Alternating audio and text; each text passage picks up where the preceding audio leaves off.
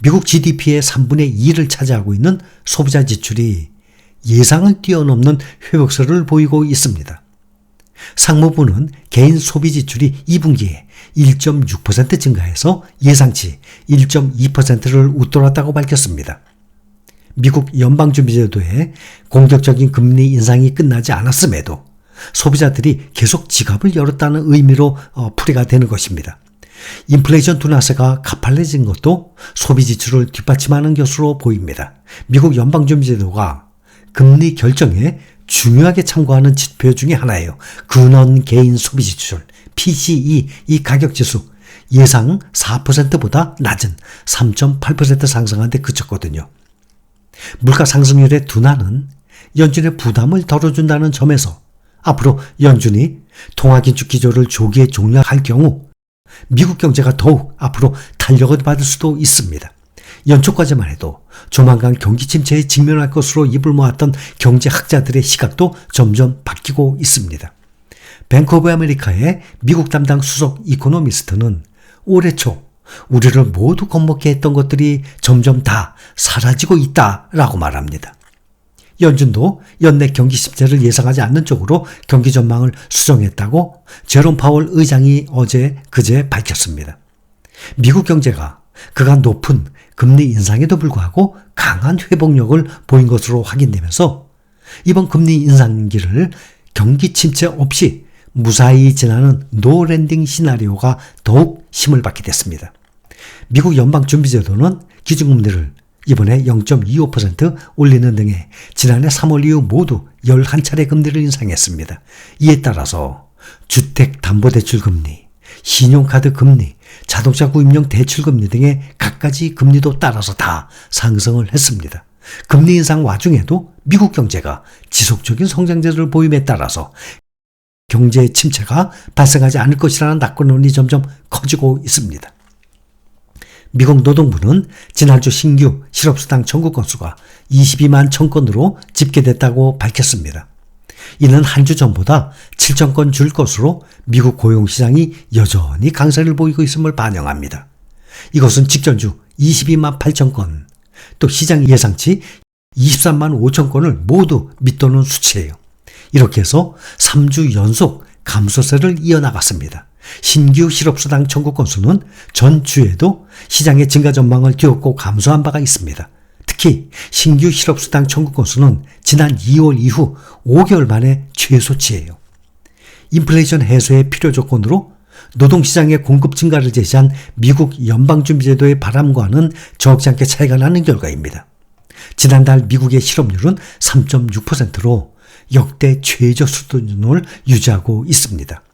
연준 관계자들은 인플레이션 목표치 2%대 달성을 위해서는 실업률이 최소 4%를 넘게 한다는 입장이에요. 최소 2주 이상 실업수당을 신청하는 계속 실업수당 청구 건수도 169만 건으로 전주보다 5만 9천 건이 감소해서 지난 1월 이후 최저치를 기록을 했습니다.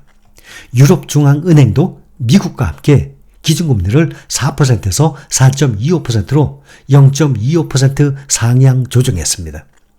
전날 연준이 기준금리를 22년 만에 최고 수준으로 인상한 데 이어서 이날 유럽중앙은행도 기준금리를 0.25% 인상을 했습니다. 크리스틴 라가르드 유럽중앙은행 총재는 다음 회의와 관련해서는 인상할 수도 있고 동결할 수도 있다면서 지표에 따라 결정할 것이라는 점 강조했습니다. 미국과 똑같이 얘기합니다. 유럽중앙은행이 다음 회의에서 동결 가능성을 열어두면서 유럽중앙은행도 이번 회의가 마지막 금리 인상일 수도 있다는 전망이 점점 강화되고 있습니다. 유럽중앙은행은 지난해 7월 11년 만에 처음으로 빅스텝 0.5% 인상을 감행하고 작년 9월, 10월 두 차례 연속 자이언트 스텝 0.75% 인상을 단행을 했었습니다. 그 이후에 다시 빅스텝을 3차례나 연속 이어간 뒤에 이번에 베이비 스텝으로 복귀를 하면서 9회 연속 9회 연속 금리를 인상했습니다. 오랜만에 국제유가 보면 미국 경제지표 호조 등의 강세를 보였습니다.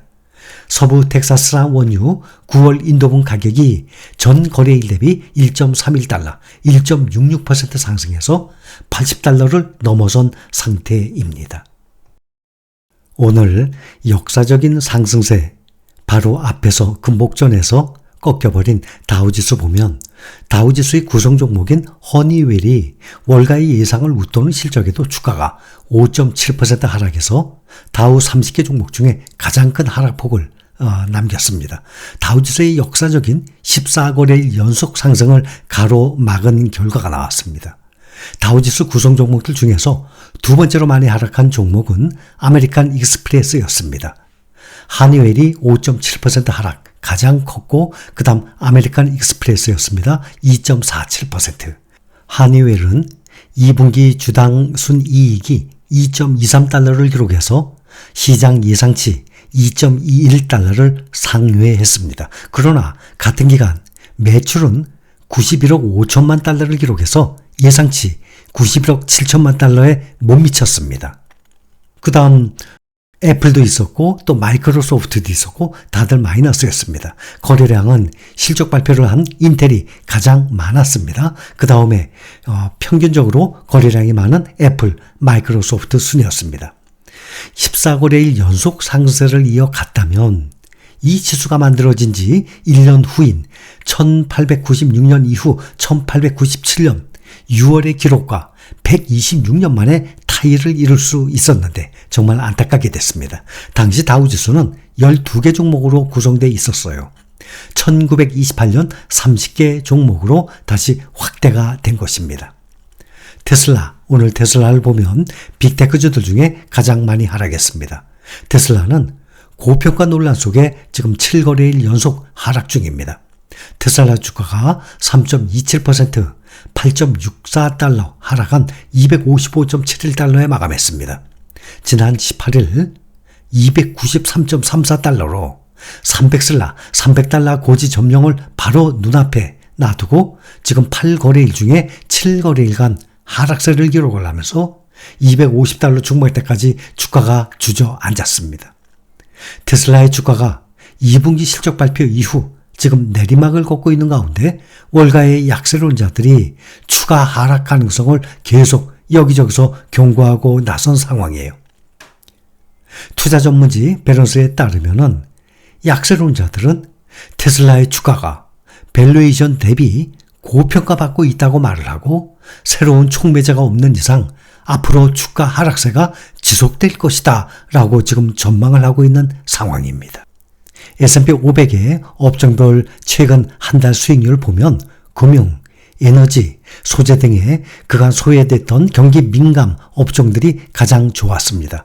반면에 3개월 수익률 기준으로 보면 IT, 커뮤니케이션 업종이 가장 성과가 좋았지만 최근 한 달은 시장 수익률을 하회했어요. 미국 증시에서는 경기 반등 기대감과 기술주, 밸류 부담으로 업종 순환 기대감이 커지고 있는 상황입니다.